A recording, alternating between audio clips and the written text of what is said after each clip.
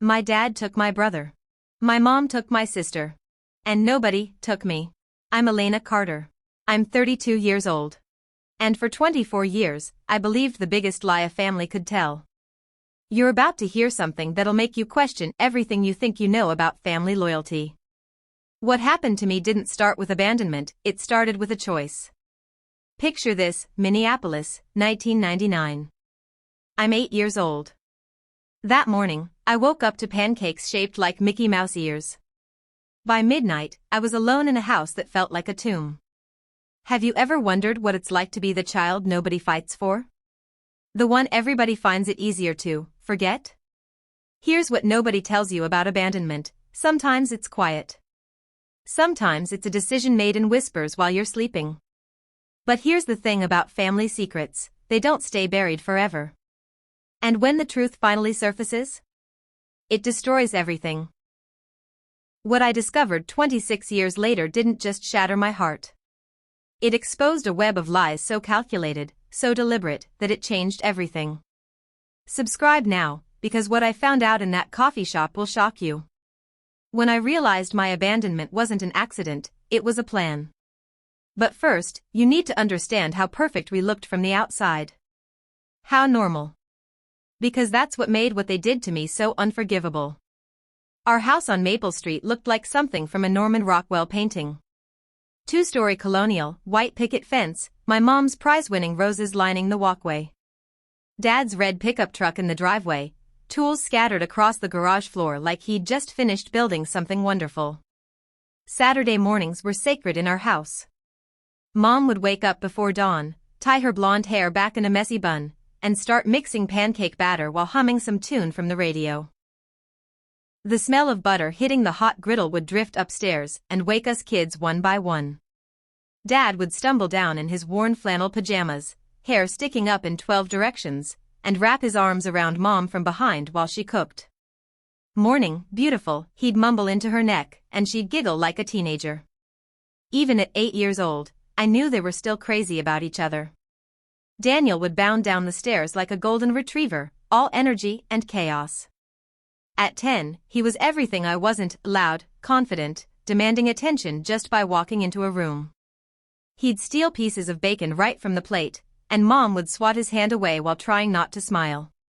"Save some for your sisters, you little monster," she'd say, but you could hear the love in her voice. Then there was Lily. Sweet, quiet Lily, who'd appear at the kitchen doorway like a ghost, clutching her stuffed elephant.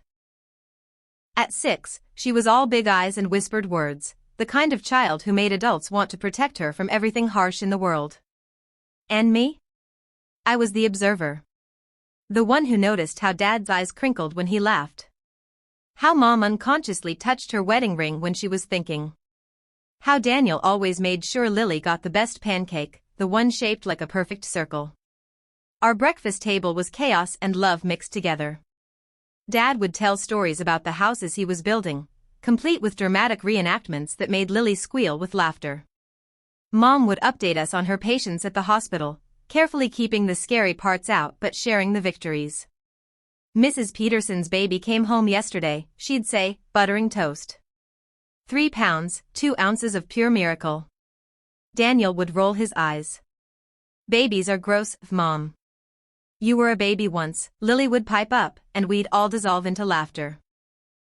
After breakfast, we'd pile into Dad's truck for adventures. Sometimes it was the lake, where Dad would teach Daniel to fish while Mom helped Lily build sand castles. I'd sit on the dock with my sketch pad, drawing the way the sunlight danced on the water. "Elena's our little artist," Dad would say, ruffling my hair. "She sees things the rest of us miss." Those words meant everything to me. In a family of big personalities, being the artist was my role, my identity. It made me feel special, chosen. Sunday afternoons were for bike rides around the neighborhood. Dad would run alongside Lily's little pink bike, one hand steadying her seat. "I got you, sweetheart. Daddy's got you." Daniel would race ahead, showing off, while I pedaled steadily in the middle, content to watch our suburban world roll by. Evenings were movie nights. We'd drag every blanket and pillow from upstairs and build a fort in the living room. Dad would make his famous popcorn, extra butter, just a hint of salt. While Mom let us pick the movie. Usually Disney, because that's what Lily wanted, and none of us could say no to those big brown eyes. I remember one particular night, watching Beauty and the Beast. We were all tangled up together on the couch, Mom's head on Dad's shoulder, Lily curled in my lap, Daniel stretched across the floor with his head propped on his hands. The house smelled like popcorn and Mom's lavender lotion, and I thought, this is perfect. This is how families are supposed to be. Comment below if you remember feeling that way as a kid, that sense of absolute safety, like nothing could ever go wrong. But here's what I didn't understand then: perfection is fragile. And sometimes the people who work hardest to create it are the ones carrying the biggest secrets. Dad's construction business was doing well, or so it seemed. He'd come home covered in sawdust and concrete dust, his hands rough and calloused, but he'd always have energy for us. He'd toss Daniel in the air until he screamed with laughter. He'd listen patiently while Lily told him elaborate stories about her stuffed animals. He'd look at my drawings and nod seriously, like I'd shown him something profound. "You've got real talent, kiddo," he'd say. "Don't let anyone tell you different." Mom was the heart of everything. She worked 3 12-hour shifts at the hospital, but somehow she still managed to pack our lunches with little notes, help with homework, and remember every detail of our days. She had this way of making each of us feel like we were her favorite, her most important child. "Tell me about your day," she'd say at dinner, and she'd listen, really listen, to every word. When Daniel got in trouble at school for talking back to his teacher, she didn't just punish him. She sat him down and talked about respect, about how our words have power. When Lily had nightmares, Mom would crawl into bed with her and sing soft lullabies until she fell back asleep. And me? When I came home upset because the other kids called my drawings weird, Mom took me to the art supply store and bought me a whole set of colored pencils. "Weird is good," she told me as we walked through the aisles. "Weird means you're seeing the world differently. That's a gift, Elena. Don't ever let anyone make you ashamed of your gifts." Those were the golden days. When I believed my parents were heroes. When I thought our family was unbreakable. When I assumed that love was enough to protect us from anything. I had no idea that Dad was already drinking more than he should. That Mom was working extra shifts not because she loved her job, but because Dad's paychecks were getting smaller. That the whispered conversations that stopped when we kids walked into the room weren't about Christmas surprises or vacation plans. They were about money. About Dad's temper. About cracks that were already forming in our perfect foundation. But I was 8 years old, and 8-year-olds believe in forever. I believed our Saturday morning pancakes would last forever. I believed Dad's stories and Mom's lullabies and the safety of our suburban bubble would protect us from the world. I believed that families like ours, families who loved each other, stayed together no matter what. I was about to learn how wrong I could be. Because underneath all that perfection, something was already breaking apart. The first crack appeared on a Tuesday night in October. I remember because the leaves were just starting to turn, and Mom had made her famous beef stew, the kind that filled the whole house with warmth. Dad came home late. Again. His truck pulled into the driveway with a screech of brakes that made us all look up from our homework.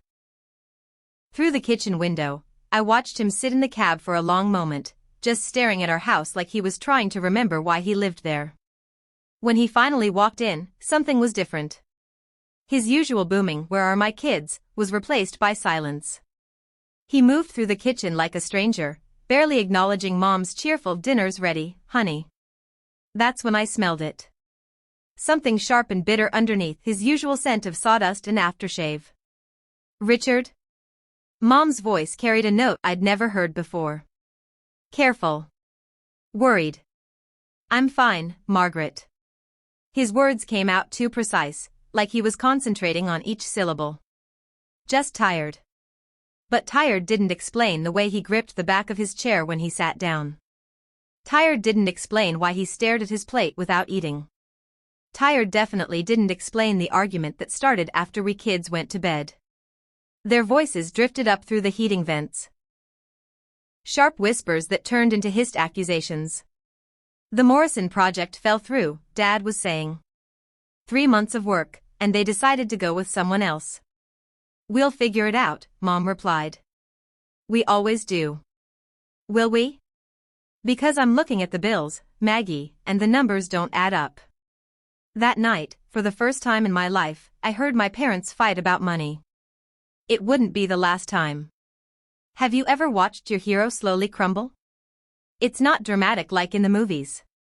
It's a series of small disappointments that add up until one day you realize the person you idolized is just human. Flawed. Breakable. Dad's drinking started subtle. A beer with dinner became 2 beers. 2 became 3. Friday night relaxation became Saturday afternoon unwinding. Then it was Tuesday, Wednesday, Thursday, any day that ended in Y. His temper, which had always been quick but harmless, grew teeth. Daniel bore the brunt of it first. My brother had always been mouthy, but now Dad's patience for backtalk evaporated completely. What used to be "that's enough," son became "shut your damn mouth before I shut it for you."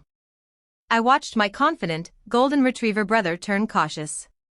He stopped stealing bacon at breakfast. Stopped racing ahead on bike rides. Started watching Dad's face carefully before speaking. Mom tried to hold everything together with sheer willpower. She picked up extra shifts at the hospital, coming home exhausted but still managing to help with homework, pack lunches, keep up the facade of normalcy. But I could see the cracks in her perfect exterior too. The way she'd pause sometimes in the middle of folding laundry, just staring into space. How she'd touch the bruise on her wrist and quickly pull her sleeve down when she thought no one was looking. Mom fell down the basement stairs, she explained when Lily asked about it at dinner. Silly me, wasn't watching where I was going. But I'd heard the sound the night before. Not the thud of someone falling. The sharp crack of someone being grabbed too hard. As the middle child, I became invisible in a new way. Not the comfortable invisibility of being the quiet artist, but the desperate invisibility of a kid trying not to become a target. I learned to read the signs. Dad's heavy footsteps on the porch meant stay in my room. The smell of whiskey on his breath meant don't ask for help with homework. The particular way Mom's smile became too bright meant we were all walking on eggshells tonight. Lily, sweet 6-year-old Lily, retreated into her own world. She stopped asking Dad to read her bedtime stories. Started having accidents again, something she hadn't done since she was 3. Her stuffed elephant became permanently attached to her hand, a security blanket against a world that suddenly felt unsafe. Why is everyone so sad? She asked me one afternoon while we colored at the kitchen table. What do you tell a 6-year-old? That Daddy drinks because work is hard? That Mommy cries in the shower because she thinks we can't hear? That our perfect family is held together with lies and hope and sheer stubborn determination? Sometimes grown-ups have hard times, I said instead. But it's not your fault, okay? None of this is your fault. She nodded solemnly, but kept coloring her family picture. Mom, Dad, Daniel, herself, and a tiny figure off to the side that was supposed to be me. Even at 8, I recognized the metaphor. The bills started piling up on the kitchen counter. Past due notices that Mom would quickly shuffle out of sight when we walked in.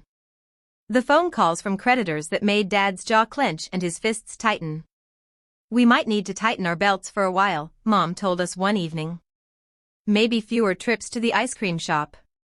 Shorter Christmas lists this year. Daniel, who was finally starting to understand what was happening, surprised us all. I don't need anything for Christmas, he said quietly. I'm good. That might have been the moment I realized we were all growing up too fast. But the real breaking point came in February, on a night when the snow was falling so hard you couldn't see the streetlights through our living room window.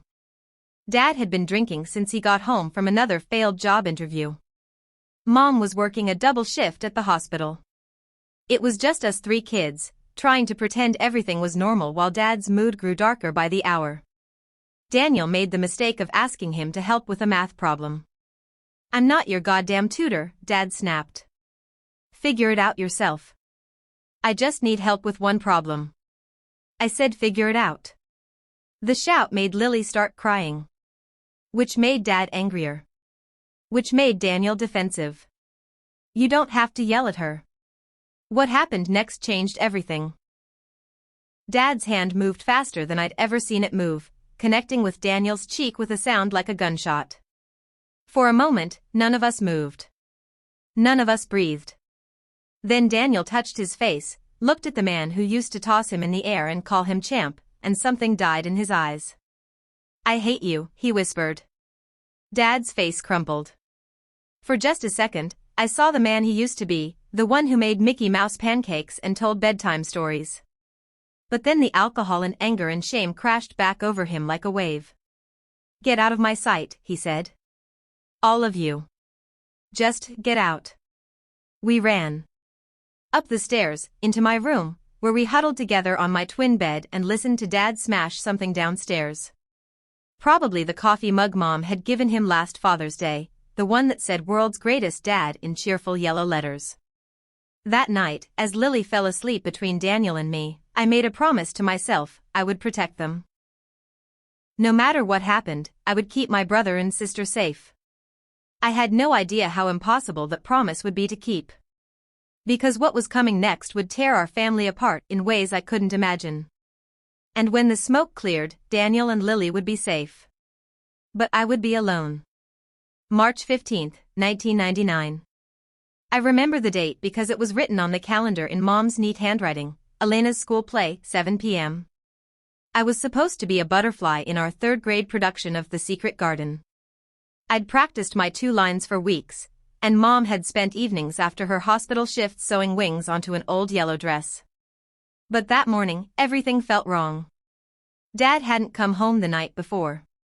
Mom sat at the kitchen table in her scrubs, still wearing yesterday's makeup, staring at a pile of papers spread in front of her like tarot cards predicting disaster. Bills. Court documents. Something with final notice stamped across it in angry red letters. Mom? I stood in the doorway, school backpack over my shoulder. Are you okay? She looked up, and for a split second, I saw something that terrified me more than Dad's anger ever had. Defeat. Complete, bone-deep exhaustion that went beyond missing one night's sleep. Of course, sweetheart. The mask slipped back into place so quickly I almost convinced myself I'd imagined it. Just some grown-up paperwork. Are you excited about your play tonight? I nodded, but something cold was settling in my stomach. The same feeling you get right before you realize you're about to throw up, when your body knows something's wrong before your brain catches up. School dragged by in a blur. I couldn't concentrate on math problems or spelling tests. All I could think about was Mom's face and those papers and Dad's empty chair at breakfast. When I got home that afternoon, the house felt different. Hollow. Like someone had sucked all the air out of it.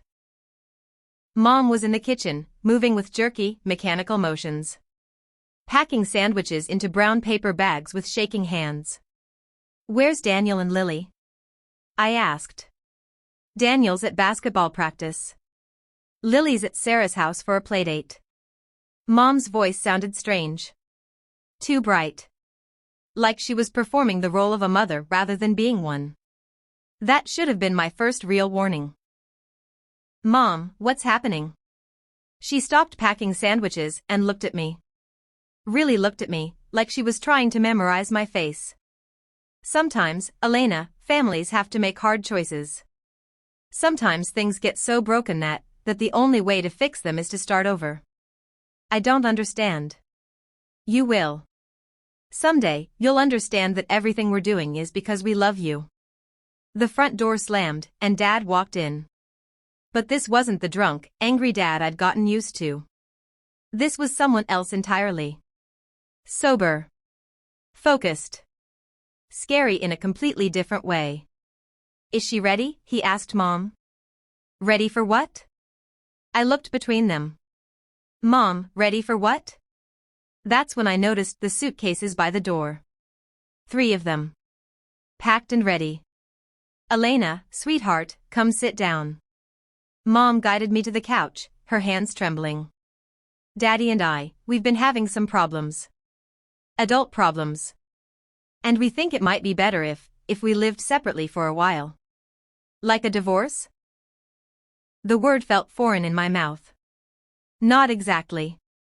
More like a break. To figure things out. Dad cleared his throat. I'm going to take Daniel with me. Up to Wisconsin, to stay with Grandpa Joe for a while. Help him with the farm. And I'm taking Lily to Iowa, Mom added quickly. To stay with Aunt Ruth. Just until things settle down. The cold feeling in my stomach turned to ice. What about me? Silence. It stretched between us like a chasm, filled with everything they weren't saying. What about me? I repeated, louder this time. Mom and Dad exchanged a look. One of those adult looks that carries an entire conversation kids aren't supposed to understand. Elena, honey, you're going to stay here. Just for a little while. Mrs. Thompson next door is going to check on you. You're leaving me? The words came out as a whisper. You're both leaving me? It's not forever, Dad said, but he couldn't meet my eyes. Just until we get back on our feet. You're the strongest one, Elena. You're the one who can handle this. I was 8 years old. 8. What 8-year-old is strong enough to be abandoned? But they had their story, and they were sticking to it. Mom knelt down in front of me, tears streaming down her face. I need you to be brave, sweetheart. Can you do that for Mommy? Can you be our brave girl? I nodded because what else could I do? When the adults in your life ask you to be brave, you try to be brave.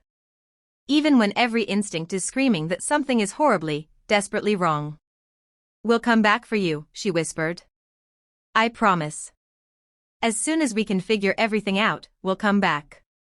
Daniel burst through the door then, still sweaty from basketball practice, and stopped dead when he saw the suitcases. What's going on? Dad stood up straighter. Pack your things, son. We're going on a trip. What kind of trip? Daniel's eyes found mine, and I saw my own fear reflected back at me. I'm taking you to Wisconsin. To Grandpa Joe's farm. Remember how much you loved it there last summer? For how long? Another pause. Another loaded look between our parents. We'll see, Dad said finally. Daniel wasn't stupid. At 10, he understood subtext better than I did. His face went white. You're splitting us up. It's temporary, Mom said quickly. Just until. You're splitting us up. Daniel's voice cracked. Where's Elena going? Where's Lily? Lily's coming with me to Aunt Ruth's. And Elena? Mom looked at me helplessly. Elena's going to stay here and hold down the fort. That's when Daniel did something that still breaks my heart to remember. He looked at me, really looked at me, and I saw him make a choice. He was 10 years old, and he chose to save himself instead of fighting for all of us. When do we leave? He asked quietly. Now, Dad said. Go pack. Just the essentials. As Daniel headed upstairs, Lily burst through the door with Mrs. Peterson, Sarah's mom, both of them laughing about something that had happened during the playdate. The laughter died when they saw our faces. What's wrong? Lily asked, her smile fading. Mom knelt down and pulled her close. We're going on an adventure, baby. You and Mommy are going to visit Aunt Ruth. Won't that be fun? Lily looked confused. What about Elena? What about Daniel and Daddy? They're going on their own adventures, Mom said, her voice breaking. But we'll all be together again soon. I promise. Lies. All of it lies. But Lily was 6, and she believed in promises. The next hour moved like a nightmare.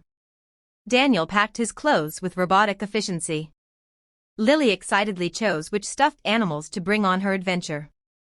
Mom and Dad moved through the house like ghosts, gathering pieces of the life we used to have. And I sat on the couch, watching my family dissolve around me. I don't want to go without Elena, Lily said suddenly, stopping in the middle of the living room with her stuffed elephant clutched to her chest. Elena will be fine, Dad said gruffly. She's a tough kid. But I don't want to leave her.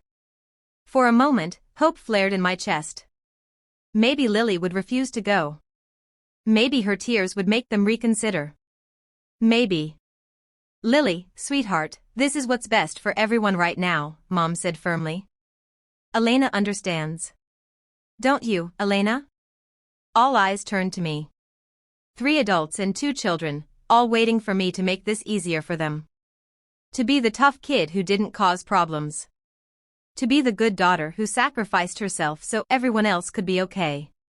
I understand, I whispered. I didn't.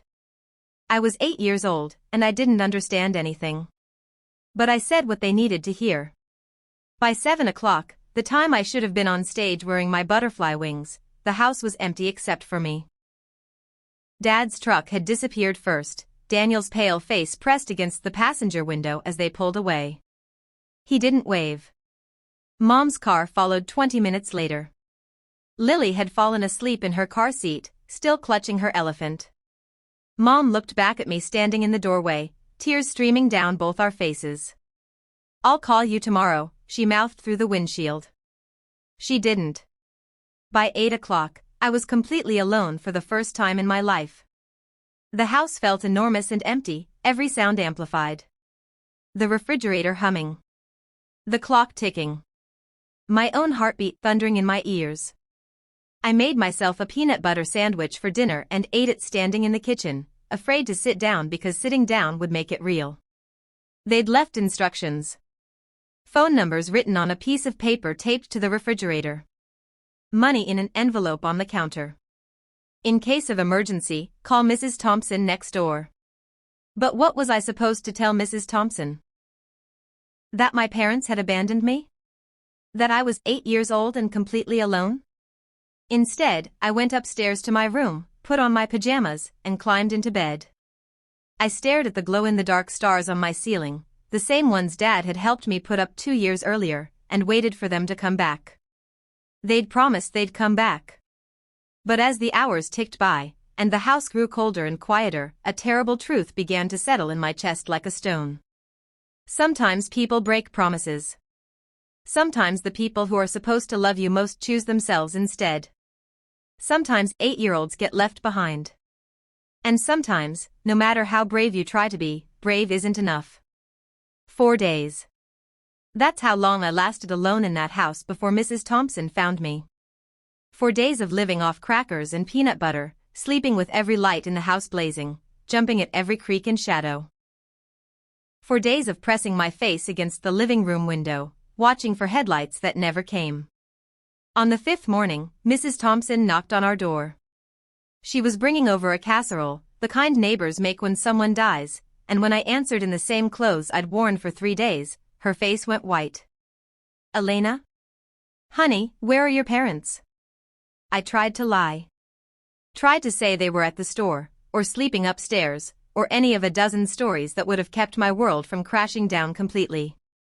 But I was 8, and I was tired, and I was so desperately lonely that when this kind woman knelt down and asked me to tell her the truth, I broke. They left, I whispered. They said they'd come back, but they left. Mrs. Thompson's eyes filled with tears. She pulled me close, and I smelled her familiar scent of vanilla and fabric softener, smells that meant safety and normalcy and all the things I'd lost. Oh, sweetheart, she murmured. Oh, honey, I'm so sorry. She called the police while I sat on her couch, wrapped in a blanket that smelled like someone else's life. I heard pieces of her conversation through the kitchen doorway. For days, just 8 years old, parents abandoned her, yes, completely alone. When the social worker arrived, she had kind eyes and a tired smile. Her name was Ms. Rodriguez, and she explained things in simple words that somehow made everything worse. Elena, we're going to find you a safe place to stay while we figure out where your parents went. You're going to live with a foster family, people who take care of children whose families can't take care of them right now. But my parents are coming back, I said. They promised. Ms. Rodriguez exchanged a look with Mrs. Thompson. Another one of those adult conversations that happen in glances. I hope so, sweetheart. But until they do, we need to make sure you're safe. My first foster home was the Hendersons. They seemed nice enough. A middle-aged couple whose own kids had grown up and moved away. Mrs. Henderson made pot roast and Mr. Henderson watched too much television, but they weren't cruel. They just weren't mine. Everything smelled wrong. The soap, the laundry detergent, the way Mrs. Henderson cooked eggs. I slept in their spare room on sheets that felt too starched, staring at walls painted a color I didn't choose. It's temporary, Ms. Rodriguez assured me during her weekly visits. We're still looking for your parents. They'll probably turn up soon, and then you can go home. But weeks turned into months, and home became a memory that felt less real every day. The second foster home was worse. The Kellys had 3 other foster kids, and Mrs. Kelly ran the house like a military camp. Chores assigned on charts, meals eaten in silence, bedtimes enforced with the rigidity of prison guards. Foster kids need structure, she'd say when visitors came by. But structure felt a lot like punishment when you were 9 years old and missing your mother's bedtime stories. I learned the rules fast: don't ask for seconds at dinner, don't make noise after 8 p.m., don't expect anyone to remember your birthday. When I wet the bed one night, something I hadn't done since I was 4, Mrs. Kelly made me wash the sheets in the sink with cold water and hang them outside for everyone to see. Maybe next time you'll remember to use the bathroom before bed, she said, standing over me as I scrubbed. Comment if you've ever felt completely powerless as a child. Like the adults around you had all the control, and you were just trying to survive their decisions. The third home was the Bensons, where I learned what real hunger felt like. Mr. Benson watched every bite that went into our mouths, measuring out portions like we were prisoners instead of children. Food costs money, he'd say when one of us asked for more. Money doesn't grow on trees. But somehow there was always money for his beer and cigarettes. Somehow Mrs. Benson never looked hungry when she served us our carefully portioned meals. I started hoarding food in my backpack. Crackers from school lunch, apples I'd slip into my pockets when no one was looking. I'd eat them late at night, under my covers, trying to fill the hollow ache in my stomach. That's where I learned to draw with real purpose. Not just for fun, like I used to with Mom, but as escape. I'd sketch the family I'd lost: Mom's smile, Dad before the drinking got bad, Daniel's mischievous grin, Lily's innocent eyes. Sometimes I'd draw houses. Not the foster houses where I lived, but the house I'd grown up in. The kitchen where Mom made Mickey Mouse pancakes. The living room where we built blanket forts. The backyard where Dad pushed me on the tire swing. Drawing became my way of holding on to who I used to be, before I became just another foster kid in the system. By the fourth home, I'd learned to make myself invisible. The Washingtons weren't cruel, but they weren't particularly interested in me either. I was a paycheck to them, a monthly deposit that helped pay their bills. Mrs. Washington would introduce me to her friends as our foster daughter with the same tone she might use to describe a stray cat they were temporarily housing. Polite but distant. Temporary by definition. I stopped asking about my parents. Stopped expecting Ms. Rodriguez's visits to bring news about coming home. Home wasn't a place anymore, it was a feeling I'd lost and couldn't figure out how to get back. The fifth home broke something in me I didn't know could break. The Mitchells lived in a cramped apartment where the walls were thin and secrets were impossible to keep. Mr. Mitchell worked nights and slept during the day, and Mrs. Mitchell seemed to resent every breath I took. But it was their teenage son, Kevin, who taught me that monsters don't always look like monsters.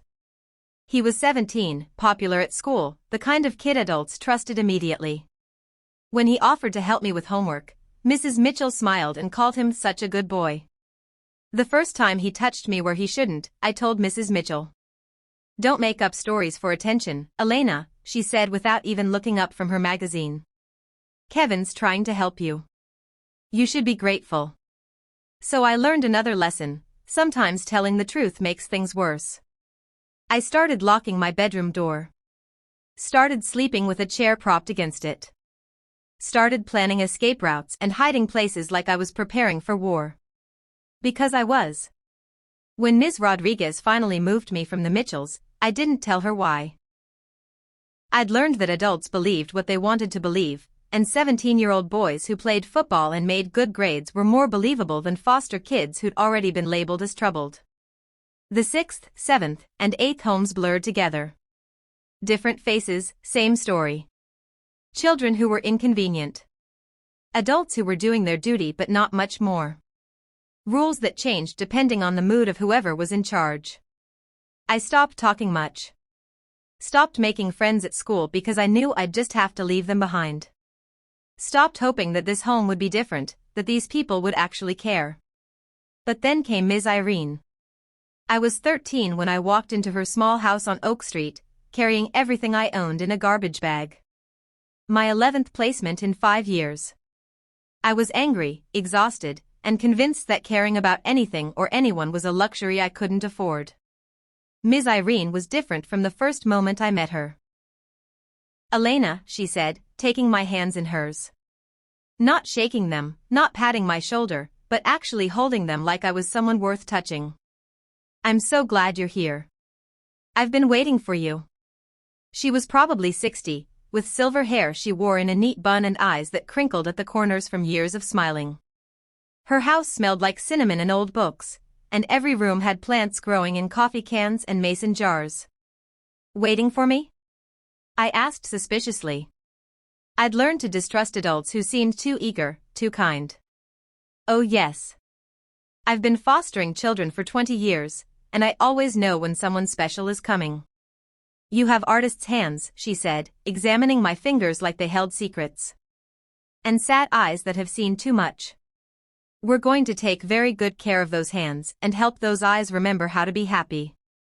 She gave me the front bedroom, the one with big windows that caught the morning light. She put up shelves for books I didn't have yet and cleared off a desk for drawing supplies I couldn't afford. "This is your room," she said simply. "For as long as you need it to be." That first night, she knocked on my door at bedtime.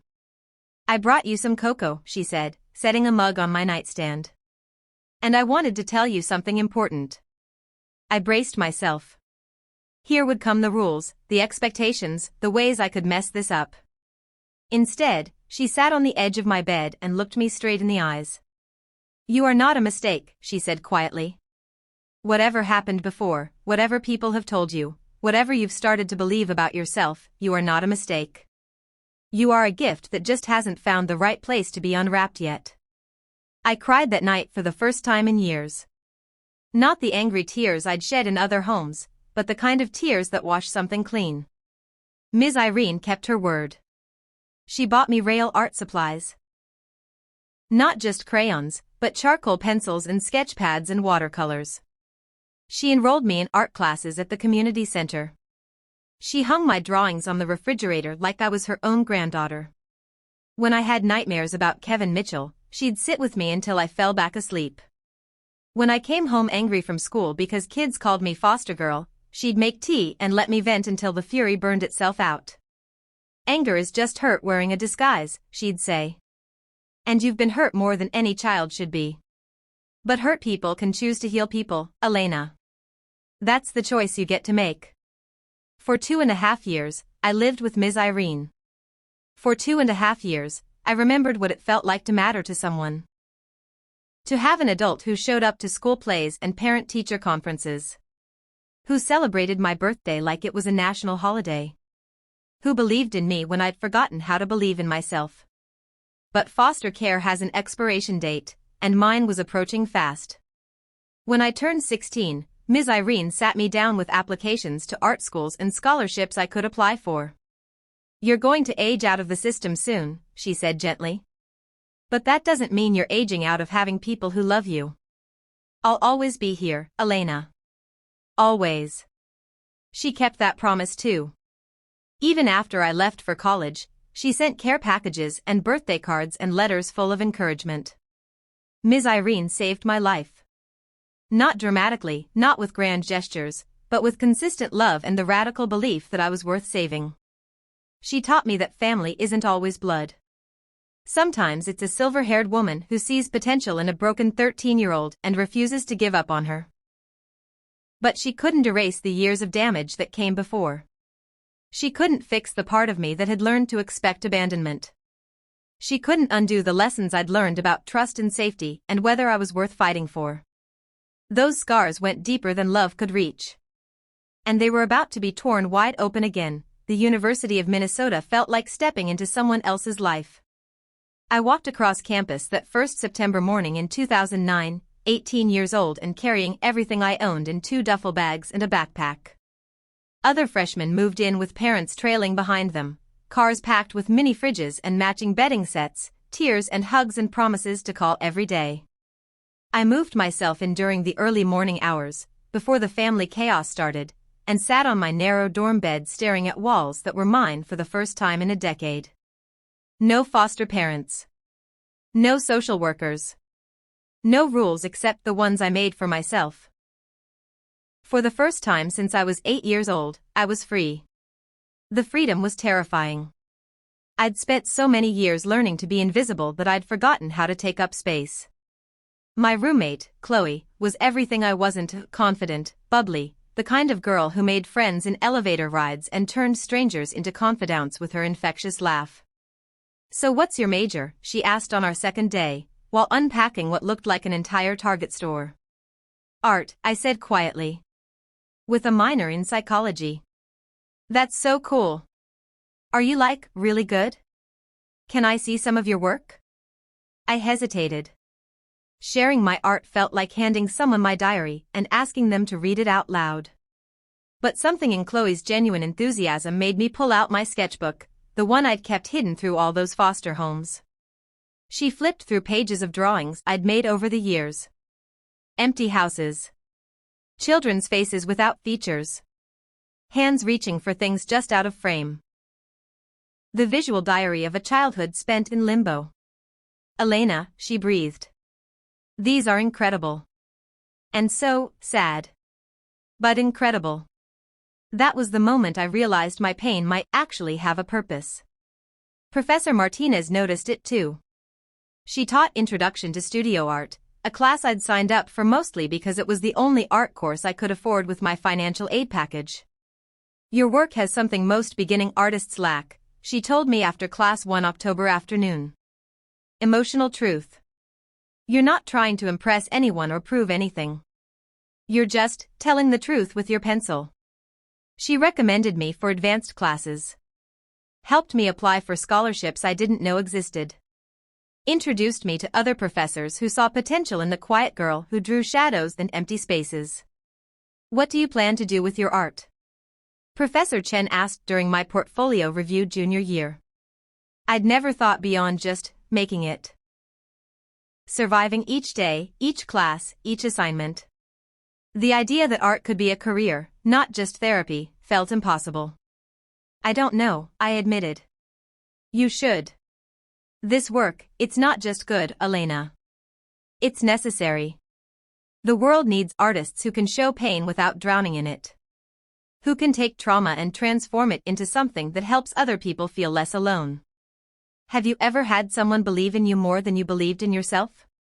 It's terrifying and exhilarating and completely overwhelming all at once. That semester, I submitted my first piece to a student art show.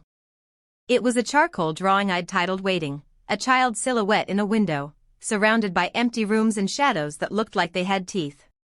I almost didn't go to the opening reception. What if people laughed? What if they asked questions I wasn't ready to answer? What if they saw through my art to the broken foster kid underneath? But Chloe dragged me, literally took my arm and marched me across campus to the gallery. "You're not allowed to hide anymore," she said firmly. "Your art is too good, and the world is too much in need of honest voices for you to keep playing invisible." When I walked into that gallery and saw my drawing hanging on the wall, matted and framed like it actually mattered, something shifted inside my chest.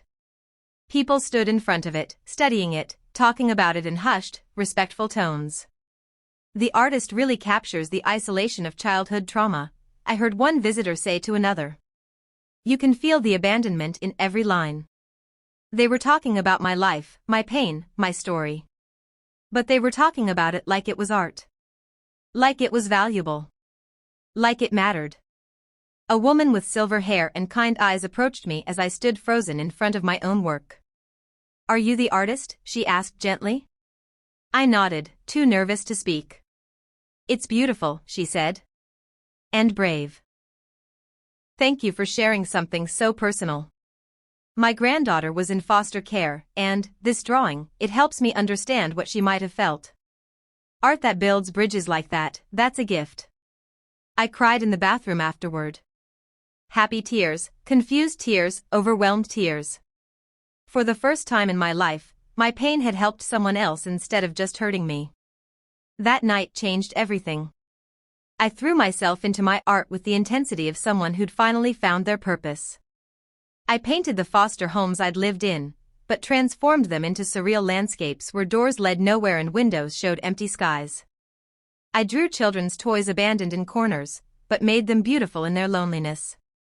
I took classes in art therapy, fascinated by the idea that creativity could heal. I started volunteering at a local children's home, teaching art to kids who looked at me with the same guarded eyes I'd once worn.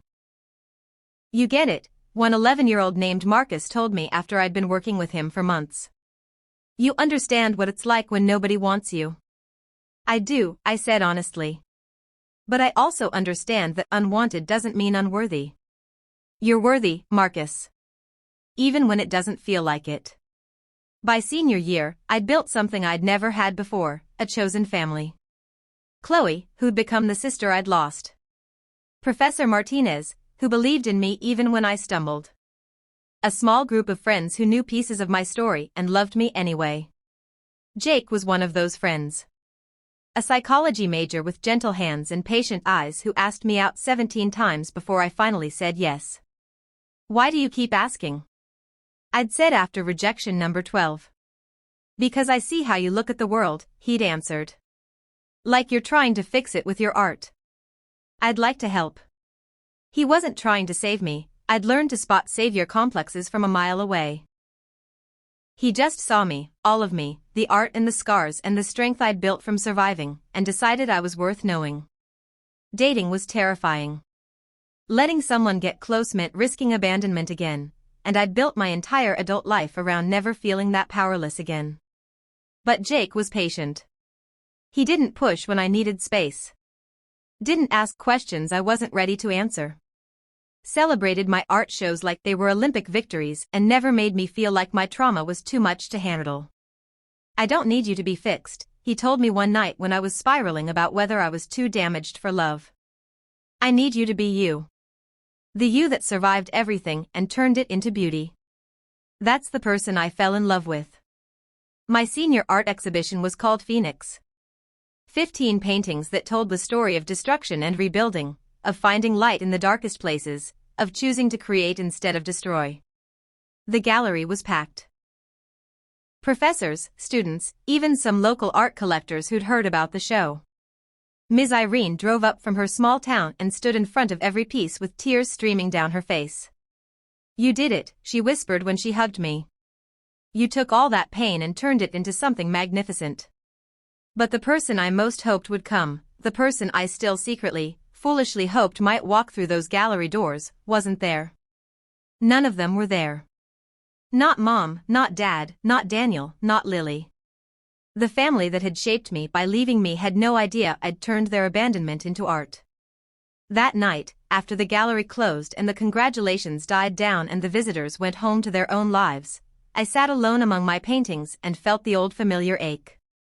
I'd built a life. I'd found my voice. I'd turned trauma into triumph. But I was still the daughter they'd left behind. And some wounds, no matter how much beauty you build around them, never completely heal. At least, that's what I thought. Until the phone call that would change everything again. The coffee shop in downtown Chicago smelled like roasted beans and possibility. It was October 2017, 3 years after I'd graduated and moved to the city to pursue my master's in art therapy. I was finally building the life I'd dreamed of, a small apartment with good light for painting, a job I loved, friends who felt like family.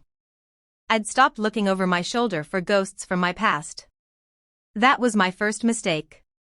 I was sitting by the window, grading papers from the kids I worked with at the trauma center, when I heard a voice that made my blood freeze. Elena? Elena Carter? I looked up, and for a moment, my brain couldn't process what I was seeing. The woman standing beside my table had Mom's nose and Dad's stubborn chin, but she'd aged in ways that spoke of easier living. Laugh lines instead of worry lines. The soft edges of someone who'd never missed a meal or lost sleep over unpaid bills. Aunt Susan? My voice came out as a whisper. Mom's younger sister. The one who used to send birthday cards that smelled like perfume and always included a $20 bill. The last card had come when I was 10, to my 4th foster home. After that, nothing. Oh my God, she breathed, sinking into the chair across from me without invitation. Elena, I can't believe it's you. You're so beautiful. You look just like Margaret did at your age. The mention of my mother's name hit me like a physical blow. For a moment, I was 8 years old again, watching Mom's taillights disappear down our street. What are you doing here? I managed. I live here now. Well, in the suburbs. My husband got transferred, but Elena, what are you doing here? I thought. I mean, your father said. She stopped mid-sentence, and something in her expression shifted. Confusion. Dawning horror. Aunt Susan, I said slowly, what did my father say? Her face went white. Actually white, like someone had drained all the blood from her cheeks. Elena, honey, where are you living? Who are you living with? The question was so absurd it almost made me laugh. I live alone. I have my own apartment. I work at the Children's Trauma Center downtown. I've been taking care of myself since I was 18. Since you were 18? Her voice cracked. Elena, that's impossible. Your father told us, he said you were with him in Wisconsin. That you'd moved there after the divorce. That you were thriving on the farm with your grandfather. The world tilted sideways. What divorce? What grandfather? The divorce. When your parents split up in '99. Richard said he was taking you and Daniel to Wisconsin to live with his father. Margaret said she was taking Lily to Iowa to start fresh. They both said. She stopped, her hand flying to her mouth. Oh God. Oh God, Elena, where have you been? I couldn't breathe. Couldn't think. The words were falling around me like broken glass, cutting everything I thought I knew into pieces. Foster care, I whispered. I've been in foster care since I was 8 years old. Aunt Susan made a sound like she'd been punched in the stomach. That's not possible. That's not. Elena, they told the whole family you were safe. Both of them. Your mother called me crying about how hard the divorce was, but she said you kids were all settled. She said Richard had you and Daniel on the farm, learning to be responsible, getting away from the city problems. And Dad said I was with Mom? No, no. Your father, he said he had you. He said you loved the farm. He sent pictures. Pictures? Christmas cards. Birthday updates. Pictures of you and Daniel helping with the animals, learning to drive the tractor. You looked so happy, so healthy. My vision started to blur around the edges. Show me. What? Show me the pictures. I need to see them. Aunt Susan fumbled with her purse, pulling out her phone with shaking hands. She scrolled through old photos, her face getting paler with each swipe. Here, she said, turning the screen toward me. This is from Christmas 2003. Your father sent it to everyone. I stared at the image. A man in overalls standing next to a red barn, his arm around 2 children. A boy who looked vaguely like Daniel might have looked at 14. And a girl. A girl who wasn't me. That's not me, I said flatly. What do you mean it's not you? Richard said. That is not me. I pointed to the screen. I don't know who that girl is, but that's not me. I was in my 7th foster home when this picture was taken. I was living with people named the Washingtons who barely remembered my name. Aunt Susan stared at the photo, then at me, then back at the photo. I watched understanding dawn on her face like a terrible sunrise. They lied, she whispered. They lied to everyone. The coffee shop continued bustling around us, people ordering lattes and chatting about their days, completely unaware that my entire understanding of my abandonment was crashing down. All these years, I said, my voice getting stronger, angrier, all these years I thought they just couldn't handle having me. I thought they chose Daniel and Lily over me because I was harder to love or less important or... Elena, no? But they didn't just abandon me. They erased me. They replaced me. They told everyone I was fine, that I was safe, that I was loved and cared for, while I was bouncing between foster homes and learning what hunger felt like. I stood up so fast my chair scraped against the floor. Other customers turned to look, but I didn't care. They let everyone believe I was okay so no one would come looking for me. So no one would ask questions. So no one would know what they'd really done. Aunt Susan reached for my hand, tears streaming down her face. Elena, I'm so sorry. If we'd known, if anyone had known. But you didn't know. Because they made sure you didn't know. They covered their tracks so well that their own family never questioned where I really was. I grabbed my jacket, my papers, my life that suddenly felt like it was built on quicksand. Elena, wait. Please. Let me help you now. Let me. Now? I turned back to face her. Now, when I'm 26 years old and I've already raised myself? Now, when I've already survived everything they put me through alone? I walked toward the door, then stopped. Aunt Susan? How long have you been getting those pictures? How long has my family been celebrating my fake happiness while I was living my real hell? Her answer followed me out into the Chicago afternoon like a curse. 18 years, Elena. We've been getting updates about you for 18 years. 18 years of lies. 18 years of careful deception. 18 years of my family living with the comfortable fiction that they hadn't destroyed a child's life. As I walked home through the busy streets, one terrible truth crystallized in my mind. My parents hadn't just abandoned me. They had actively worked to make sure no one would save me. And somehow, that was so much worse than anything I'd imagined. That night, I destroyed everything. Not literally, I wasn't that far gone. But I sat on my apartment floor surrounded by 18 years' worth of carefully constructed peace, and I burned it all down in my mind. Every therapy session where I'd blamed myself for not being lovable enough. Every night I'd wondered what was wrong with me that made abandonment feel inevitable. Every relationship I'd sabotaged because I was convinced everyone would leave eventually. All of it built on a lie. They hadn't left me because I was too much trouble. They'd left me because I was convenient to sacrifice. The middle child no one would miss. The quiet one who wouldn't fight back. And then they'd spent 18 years making sure their choice looked noble instead of selfish. I called in sick to work the next morning and painted for 14 straight hours. The canvas that emerged was violent and beautiful and completely unlike anything I'd ever created. Dark reds bleeding into black. A figure standing alone, but not broken, transformed. Wings made of shattered glass. A phoenix rising not from ashes, but from deliberate destruction. I titled it The Convenient Daughter. By the time I finally stopped painting, my hands were shaking and my apartment smelled like turpentine and rage. But something had shifted. The victim narrative I'd carried for 18 years had cracked open, and something fiercer was crawling out. I wasn't the daughter they'd forgotten to love. I was the daughter who'd survived their choice to unlove me. And that was power. Over the next 6 months, I threw myself into my art with an intensity that scared my friends. I painted the foster homes, but now they looked like crime scenes. I drew family portraits where one figure was deliberately erased, but the erased space glowed with its own light. I painted the lies my family had told themselves, literally. Canvas after canvas of fake family photos, Christmas cards that never included me, birthday parties I'd never attended. Jake worried I was having a breakdown. Elena, you haven't slept more than 4 hours a night in weeks.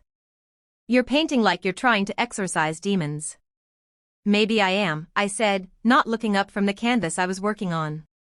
Maybe that's exactly what I'm doing. This piece showed a dinner table set for 5, but with one chair pushed back, empty. The 4 remaining figures had their faces turned away, but you could see the relief in their posture. The freed-up space where someone used to belong. What are you going to do with all this? Jake asked gently. That's when the idea hit me. Not like inspiration, like lightning. I'm going to show them. Within 3 months, I'd rented a small gallery space in downtown Chicago. Nothing fancy, nothing expensive, just a clean white room where truth could hang on walls and stare back at people. I called the exhibition The Daughter They Left Behind. The opening reception was packed. Word had spread through Chicago's art community about the foster kid who'd turned family trauma into brutal beauty. Critics came. Collectors came. People who understood abandonment came. But the person I most wanted to see my work, the family that had created it, had no idea I existed. Until I made sure they did. I hired a private investigator. Found Dad in Wisconsin, still living on that farm where fake photos had been taken with fake children. Found Mom in Iowa, remarried with a new stepdaughter who got the mother I'd needed. Found Daniel in Milwaukee, working construction like Dad, with kids of his own he tucked into bed every night. Found Lily in Minneapolis, 20 minutes from where I'd lived for 4 years, married, happy, completely unaware that she had a sister who'd been erased from the family story. I sent each of them an invitation to my gallery show. Not with explanations or accusations, just simple white cards with an address and a date. The Daughter They Left Behind, an exhibition by Elena Carter. They would either come or they wouldn't. If they came, they would see exactly what their lies had cost. Every canvas screaming the truth they'd worked so hard to bury. If they didn't come, well, that would be its own kind of answer. But I was done being convenient. Done being the sacrifice that made their story easier to tell. They'd spent 18 years celebrating my fake happiness. Now they could witness my real truth. The gallery show sold out in 2 weeks. Every piece. Gone to people who recognized authentic pain transformed into authentic art. I made more money in 2 weeks than I'd made in the previous 2 years. But money wasn't the victory. The victory was standing in that empty gallery after the last piece came down, knowing I'd turned their weapon against me, invisibility, into my weapon against them. I was no longer the daughter they'd left behind. I was the daughter who'd found herself anyway. And I was just getting started. The knock came on a Thursday evening in November, 3 weeks after my gallery show had closed. I was in my apartment, cleaning paintbrushes and trying to decide what my next exhibition would explore, when someone pounded on my door with the urgency of bad news or desperation. Through the peephole, I saw a man in a worn denim jacket, hands shoved deep in his pockets, pacing back and forth in my hallway like he was trying to work up courage. He had Dad's jawline, Mom's nervous energy, and eyes that looked exactly like mine. My hands shook as I unlocked the door. Daniel? He stopped pacing and turned toward me, and for a moment we just stared at each other across 24 years of silence. He'd grown into Dad's build, broad shoulders, calloused hands, the kind of solid presence that comes from physical work. But his face was softer than Dad's had ever been, marked by something that looked like regret instead of anger. Elena. My name came out like a prayer. Jesus, Elena. I can't believe it's really you. How did you find me? The gallery invitation. I went to the show. I saw. He ran a hand through hair that was darker than I remembered but still fell across his forehead the same way it had when we were kids. I saw everything. He'd come. My brother had actually come. And? I crossed my arms, not ready to make this easy for him. What did you think? Daniel's face crumpled. I thought I was going to throw up. Elena, I had no idea. All these years, I thought you were safe. I thought you were with Mom, living some perfect life while I was stuck on that farm with Dad and his. He gestured helplessly. His drinking and his anger and his constant disappointment in everything I did. So you knew he was lying? What? No, I didn't know he was lying about you. I knew he was lying about being sober, about getting his act together, about caring more about me than his next bottle. But you? Daniel shook his head. Dad said Mom had taken you to Iowa. That you were thriving with Aunt Ruth. That you didn't want contact with us because it was too painful. Another lie. Another careful construction to keep their story intact. And you believed him? Elena, I was 10 years old when we left. 10. And for the first few years, I was just trying to survive. Dad was. God, he was so angry all the time. Angry at Mom for leaving, angry at himself for drinking, angry at me for reminding him of everything he'd lost. Daniel stepped closer, and I could see tears starting in his eyes. I asked about you. Constantly. When can I call Elena? When can I visit?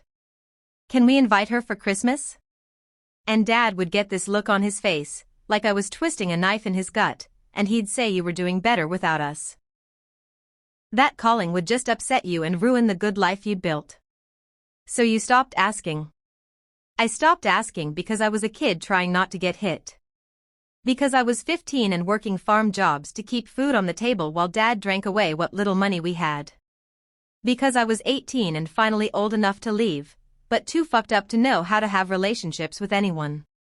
His voice broke on the last word, and suddenly he wasn't the man in my hallway, he was the 10-year-old boy who'd watched our parents divide us up like furniture. Elena, I'm so sorry. I should have fought harder. I should have demanded to know where you really were. I should have. You should have been a child, I said quietly. You should have been allowed to be a child instead of trying to manage Dad's alcoholism and navigate his lies. Daniel stared at me like I'd just offered him forgiveness he didn't know he needed. The paintings, he said hoarsely. Elena, those paintings. The foster homes, the empty beds, He couldn't finish. The truth? How did you survive it? How did you survive all of that and still become this? He gestured around my apartment, at the life I'd built, at the woman I'd become. Spite, I said honestly. And art. And one foster mom who taught me I wasn't a mistake. I have kids now, Daniel said suddenly. 2 little girls. 7 and 5. And Elena, I swear to God, I would burn the world down before I let anyone hurt them the way we were hurt. Then you learned something our parents didn't. He was quiet for a long moment, just looking at me with those familiar eyes that held so much pain and guilt and desperate hope. Dad's dying, he said finally. Liver cancer. 6 months, maybe less. And there it was. The real reason he'd found me. He wants to see you. All of us together, one last time. At the lake house in Wisconsin, the place where he took me after everything fell apart. I felt that old familiar ice spreading through my chest. And what did you tell him? I told him I'd ask. But Elena. Daniel met my eyes. I also told him that if you said no, I wouldn't blame you. Not for a second. The silence stretched between us, filled with everything we'd lost and everything we might never get back. I need to think about it, I said finally. Daniel nodded and pulled a piece of paper from his pocket. My number. If you want to talk, or if you have questions, or if you just want to tell me to go to hell, call me. Please. He started to leave, then turned back. Elena? For what it's worth, that little girl who used to draw pictures at the kitchen table. She grew up to be incredible. And I'm so proud to be her brother, even if I don't deserve to be. After he left, I sat on my couch staring at his phone number and feeling the ground shift underneath everything I thought I knew about my story. My brother hadn't forgotten me. He'd been lied to, just like everyone else. But now he knew the truth.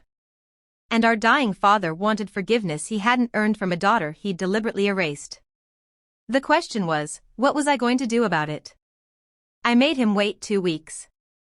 Not out of cruelty, but because I needed time to decide who I wanted to be in this moment.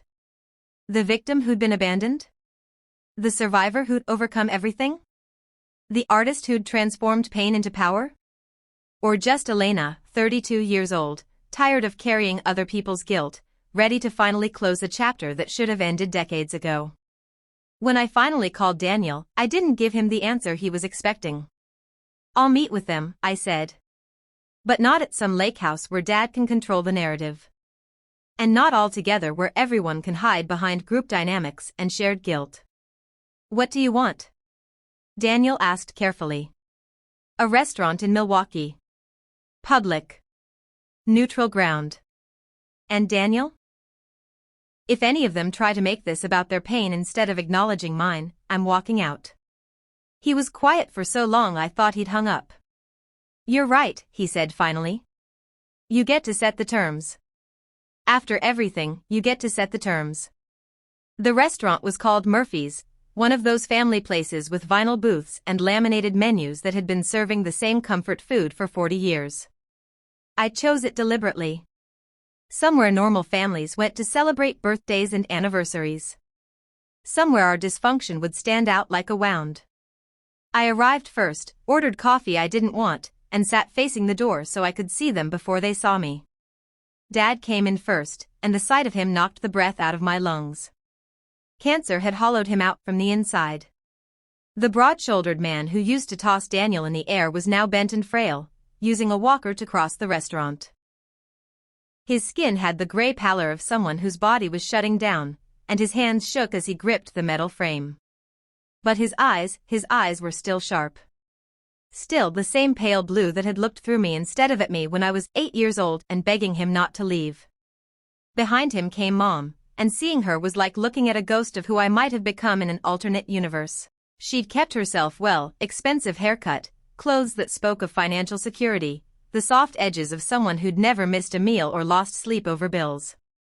She looked prosperous. Content. Like someone who'd successfully moved on from her past mistakes. Daniel walked beside them, his face tense with the kind of anxiety that comes from knowing you're about to witness either healing or complete destruction. And behind them all, moving with the careful grace of someone who'd never had a reason to doubt her place in the world, came Lily. My baby sister. 28 years old now, with Mom's blonde hair and Dad's stubborn chin and eyes that had never learned to expect abandonment. She was beautiful. Confident. Everything I might have been if I'd gotten to grow up loved instead of surviving. They spotted me before they reached the table, and I watched the recognition hit each of them differently. Dad's face crumpled with something that might have been shame or relief. Mom pressed her hand to her mouth like she was trying to hold back a sob. Daniel looked grimly determined, like a man about to perform surgery without anesthesia. But Lily just stopped walking and stared at me with the wide-eyed confusion of someone whose entire understanding of her family was about to shatter. "Elena," she whispered as they approached the table. "Hello, Lily." I stood up, not sure whether to hug her or shake her hand or just keep the table between us like a barrier. She solved the problem by bursting into tears. Not polite tears. Ugly, body-shaking sobs that made other diners turn and stare. Mom immediately went into caretaking mode, wrapping Lily in her arms and making soothing sounds while shooting apologetic looks at the other customers. "I'm sorry," Lily gasped. "I'm so sorry, I thought you were dead." The words hit the table like a bomb. "What?" I sank back into my booth. "All these years," Lily continued through her tears, "when I asked about you, Mom said you died in an accident when I was little. She said that's why we never talked about you, because it was too painful." The silence that followed was deafening. I looked at Mom, really looked at her, and saw guilt so deep it had carved permanent lines around her eyes. "You told her I was dead." My voice was completely flat. "You told your daughter that her sister was dead rather than admit you'd abandoned me." "Elena, please," Mom started, "I can explain." "No." I held up my hand. "No explanations. Not yet. I want to hear what everyone was told. All of it." I looked at Daniel. "You thought I was with Mom, living happily ever after." He nodded miserably. I turned to Lily. "You thought I was dead." She wiped her eyes and nodded. Then I looked at Dad, who hadn't said a word since sitting down. And what lie did you tell yourself, Dad? What story made abandoning an 8-year-old feel okay? Dad's voice, when it finally came, was barely above a whisper. I told myself you were better off without me. That's not a lie.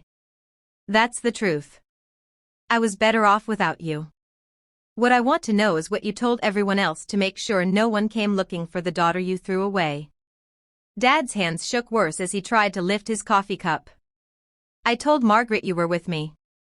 I sent Christmas cards with fake pictures so she wouldn't ask questions. I told Daniel you didn't want contact because it would upset you. I told my father you were thriving, learning to be strong. And when Grandpa died? I kept sending the cards. To Margaret, to her sister, to anyone who might ask. I got good at Photoshop. The casual way he said it, like 18 years of elaborate deception was just a skill he'd picked up, made me want to scream. Do you understand what you did? I asked, my voice getting stronger. Not just the abandonment. The cover-up. You made sure no one would save me. You actively worked to ensure I stayed lost. I thought. You thought it was easier to lie than to admit you'd sacrificed your middle daughter to make your divorce cleaner. I leaned forward. You want to know what those 18 years were like? The hunger? The foster homes where I wasn't safe? The way I learned that asking for help just made things worse? Elena, please, Mom interjected. We were young, we were struggling, we made mistakes. Mistakes? I laughed, but there was no humor in it. A mistake is forgetting to pick me up from school. A mistake is missing a parent-teacher conference. What you did was a choice. A deliberate, calculated choice to erase me so you could both start over with cleaner consciences. We thought you'd be okay, Mom whispered. We thought the system would take care of you. The system did take care of me. 11 different homes. Some kind, some not. Some safe, some. I let that hang in the air. But you didn't think I'd be okay. You just hoped I would be, and you made sure you'd never have to find out if you were wrong. Dad finally looked up from his coffee cup. What do you want from us, Elena? What would make this right? And there it was. The question I'd been preparing for since Daniel knocked on my door. I want you to stop pretending you're the victims in this story. I want you to acknowledge that what you did wasn't unfortunate or unavoidable, it was cruel and deliberate, and it nearly destroyed me. I looked around the table at the faces of the people who'd shaped me by leaving me. I want you to know that I survived you. That I built a life so beautiful and full of love that your abandonment became just one chapter instead of the whole story. I want you to see the woman I became despite your choice, not because of anything you gave me. The silence stretched until Dad finally spoke. We're sorry. I know that's not enough, but we're sorry. I studied his face, hollow-cheeked, marked by years of guilt and alcohol and the knowledge of what he'd done. You're sorry you got caught, I said finally. You're sorry the lies fell apart. But are you sorry you did it? Because given the same circumstances, the same pressures, the same choice between your convenience and my welfare, would you choose differently? None of them answered. And in that silence, I found my closure. I forgive you, I said, standing up. Not because you've earned it, but because carrying your guilt is too heavy, and I'm tired of letting your choices define my life. I put money on the table for my coffee and looked at each of them one last time. If you want a relationship with me, it starts with truth. Complete truth. No more lies, no more convenient stories. And it happens on my terms, at my pace, with my boundaries. I walked toward the door, then turned back. Oh, and Dad? That little girl you abandoned? She grew up to be an artist. Her pain became beauty that hangs in galleries and helps other people feel less alone. So thank you. Your worst choice became my greatest strength. Outside, Daniel caught up with me in the parking lot. Elena, wait. I turned around, and for the first time since we were children, my brother looked me straight in the eyes. I meant what I said before. I'm proud to be your brother.